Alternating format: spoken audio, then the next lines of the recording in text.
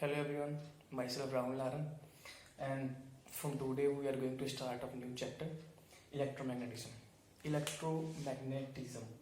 Electro means electric field से जो होता है magnetism मतलब magnetic field और combination of both we can say that electromagnetism.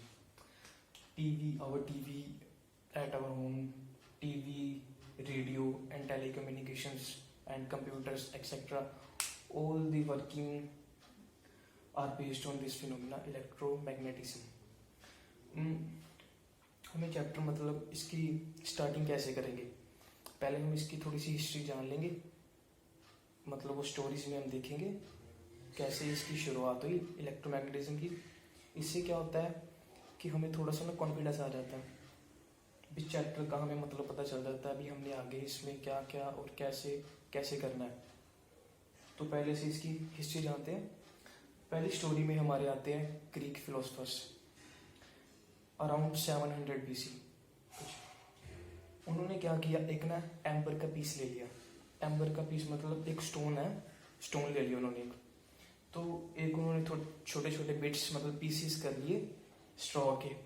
तो जब वो ऊपर लेकर आए ना, स्ट्रॉ के ऊपर लेकर आए एम्बर, तो स्ट्रॉ के पीसीस ऐसे जंप कर गए.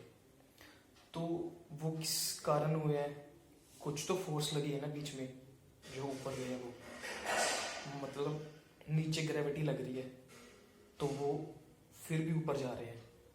तो इसका मतलब कुछ तो मतलब ग्रेविटी से ज़्यादा स्ट्रॉन्ग है ये फोर्स, कुछ क्या बिलियंस ऑफ टाइम स्ट्रॉन्ग है ये फोर्स. तो उन्होंने नाम दे दिया इलेक्ट्रिक फोर्स का. तो एक ही सिमिलर मतलब सिमिलर कह लो या डिफरेंट पहले डिफरेंट समझते हैं, डिफरेंट फिनोमिना. पहले इसको डिफरेंट कहते हैं. Natural occurring stone, iron pieces, दो चीज़ें ले ली उन्होंने. एक तो ले ली नेचुरल अकरिंग स्टोन है कोई मैग्नेट वगैरह में, और एक ले ली उन्होंने आयरन के पीसीस. जब आयरन के पीसीस लेकर आए तो उसके ऊपर उन्होंने नेचुरल स्टोन रख दिया. तो वो भी सिमिलर टू दिस मतलब अट्रैक्ट करके उसके पास स्टोन के पास चल गए ऊपर. तो इसको नाम दे दिया मैग्नेटिक फोर्स.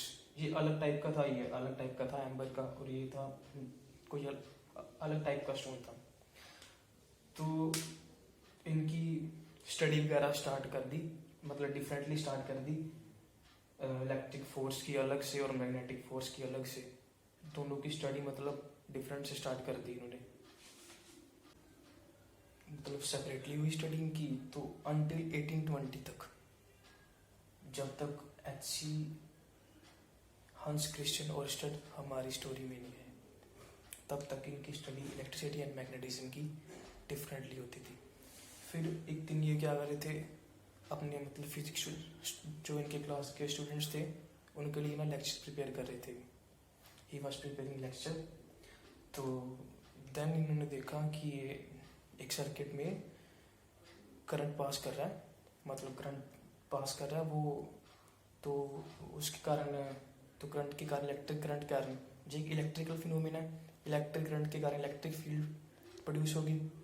तो वो जो इलेक्ट्रिक फील्ड प्रोड्यूस हो रही है, तो उसके पास जो सर्किट के पास जो कंपास पड़ी, मैग्नेटिक कंपास, उसमें डिफ्लेक्शन शो होने लगी. तो वो तो मैग्नेटिक कंपास है, इसके लिए तो कोई हमें मैग्नेटिक फिनोमिना चाहिए ना कि इलेक्ट्रिक फिनोमिना. तो इसका मतलब जो इलेक्ट्रिक करंट के कारण जो इलेक्ट्रिक फील्ड प्रोड्यूस हो रही थी, चेंजिंग इलेक्ट्रिक फील्ड जो, उससे मैग्नेटिक फील्ड प्रोड्यूस हो रही है, इसीलिए उसमें डिफ्लेक्शन आ रही है. तो हमें पता चला कि ये दोनों एक ही मतलब है. इलेक्ट्रिसिटी से मैग्नेटिक फील्ड प्रोड्यूस हो सकती है चेंजिंग, और चेंजिंग मैग्नेटिक फील्ड से इलेक्ट्रिसिटी प्रोड्यूस हो सकती है.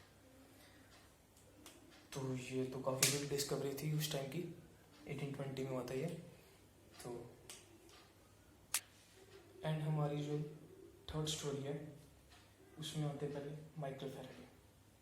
माइकल फैराडे एक थे ट्रू एक्सपेरिमेंटर. उनकी जो इमेजिनेशन थी, जो विजुअलाइजेशन था, इंट्यूशन थी उनकी जो, वो कमाल की थी उनकी.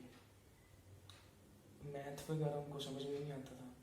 जी हमें कैसे पता चला, उनकी ना लेबोरेटरी में ना जो नोटबुक्स है ना उनकी, वो पढ़ी गई बाद में. तो उसमें एक भी उनकी नोटबुक में सिंगल इक्वेशन नहीं थी. वो सब विजुअलाइज करते थे, इमेजिन करते थे, वो इतने ब्रिलियंट थे। तो इन्होंने तो सोचा माइकल फैराडे ने, तो जो उसकी मतलब बाद में आते हैं जेम्स क्लर्क मैक्सवेल, इनका क्या था मतलब साइंटिफिक कैरियर में इनकी शुरुआत कहाँ से हुई। सैचुरन की जो सैचुरन है हमारा प्लेनेट, जो उसका साइड में जो रिंग है वो इसने प्रूव की थी, इन्होंने प्रूव की थी जेम्स क्लर्क मैक्सवेल ने, वो सॉलिड और लिक्विड से कुछ नहीं बनी है, कुछ स्मॉल बॉडीज है उनसे बनी है वो। तो इनसे मतलब यहाँ से इनका जेम्स क्लर्क मैक्सवेल का साइंटिफिक कैरियर शुरू हुआ। तो इन्होंने एक देखा फील्ड कंसेप्ट था माइकल फैराडे का कोई पेपर, तो वहाँ से इन्होंने अपनी फिर इलेक्ट्रिसिटी और मैग्नेटिज्म की फील्ड में इंटरेस्ट शुरू किया। तो जो इन्होंने विजुअलाइज किया था माइकल फैराडे ने, सोचा था, इमेजिन किया था, वो ही इन्होंने मैथमेटिकल इक्वेशंस की जो इक्वेशंस है वो हमें लिख कर दी। मैथमेटिक्स दिया जो माइकल फैराडे ने सोचा था, उसका मैथमेटिक्स दिया हमें जेम्स क्लर्क मैक्सवेल ने। और ये भी एक फैक्ट है, काफ़ी सही वाला फैक्ट है। इनकी जब डेथ हुई ना 1879 में, तो उसी ईयर में एल्बर्ट आइंस्टाइन का बर्थ हुआ। तो ये भी एक ग्रेट मैथमेटिशियन थे, मतलब थ्रेटिशियन थे, थ्योरेटिकल फिजिसिस्ट। तो एल्बर्ट आइंस्टाइन भी थे थ्योरेटिकल फिजिसिस्ट। तो वैसे ही जैसे जिस ईयर में गैलीलियो की डेथ हुई थी, उसी ईयर में न्यूटन का बर्थ हुआ, सेम ऐसे। अब इसमें क्या हम देखेंगे कि जो फोर्सेस हैं वो कैसे मतलब एक बॉडी से दूसरे बॉडी पर कैसे लगती हैं। अब न्यूटन की जो मतलब जो न्यूटन का व्यू था, उसने दिया मतलब उसने तो नहीं दिया था भाई लॉ ऑफ ग्रेविटेशन का, वो तो मतलब ऐसे लिखा था न्यूटन लॉ ऑफ ग्रेविटेशन। पर आपको बता दूँ मैं, जो जो डिस्कवरी है लॉ ऑफ ग्रेविटेशन की, वो थी रॉबर्ट हुक की। इसको मतलब जो मैथमेटिकली इलेबोरेट किया था वो न्यूटन ने किया था। तो उसकी जो पिक्चर में, उसके व्यू में, वो ये तीन चीज़ें कंसिडर करता है, स्पेस, टाइम और पार्टिकल्स।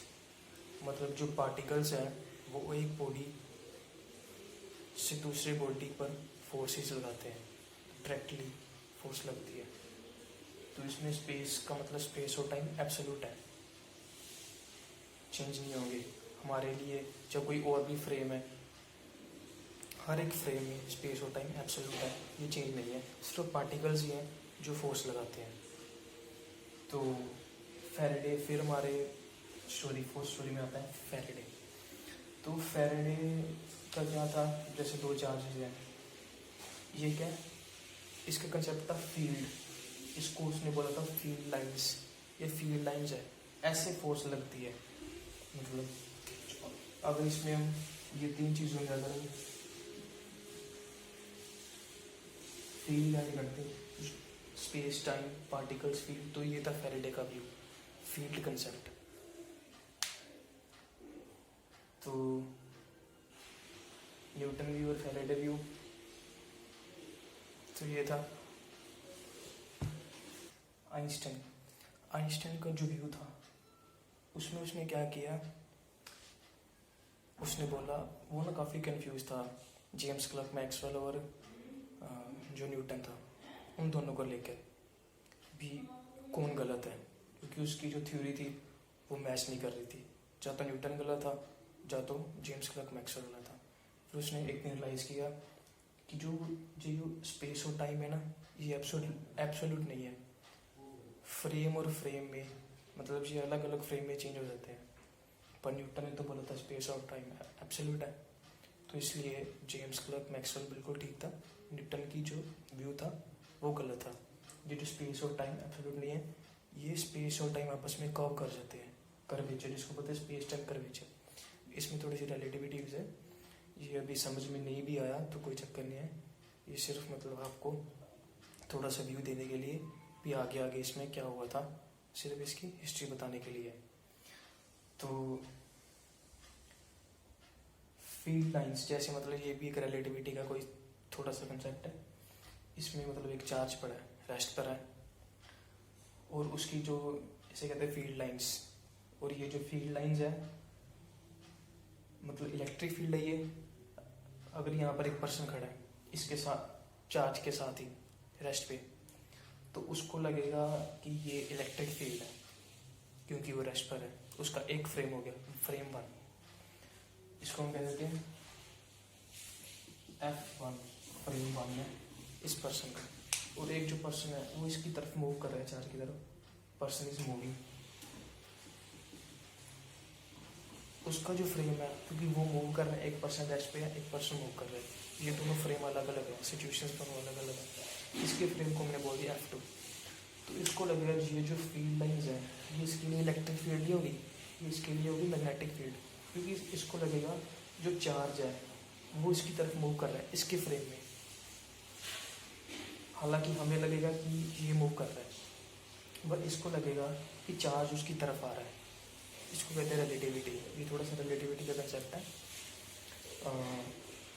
तो चार्ज मूव कर रहा है, इलेक्ट्रिक फील्ड चेंज हो रही है, इलेक्ट्रिक फील्ड चेंज के कारण मैग्नेटिक फील्ड प्रोड्यूस हो गई। हमने पहले किया था ओस्टेड के एक्सपेरिमेंट में।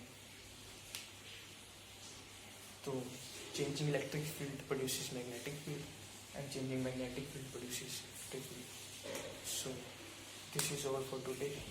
कल से हम स्टार्ट करेंगे electric charge and its properties.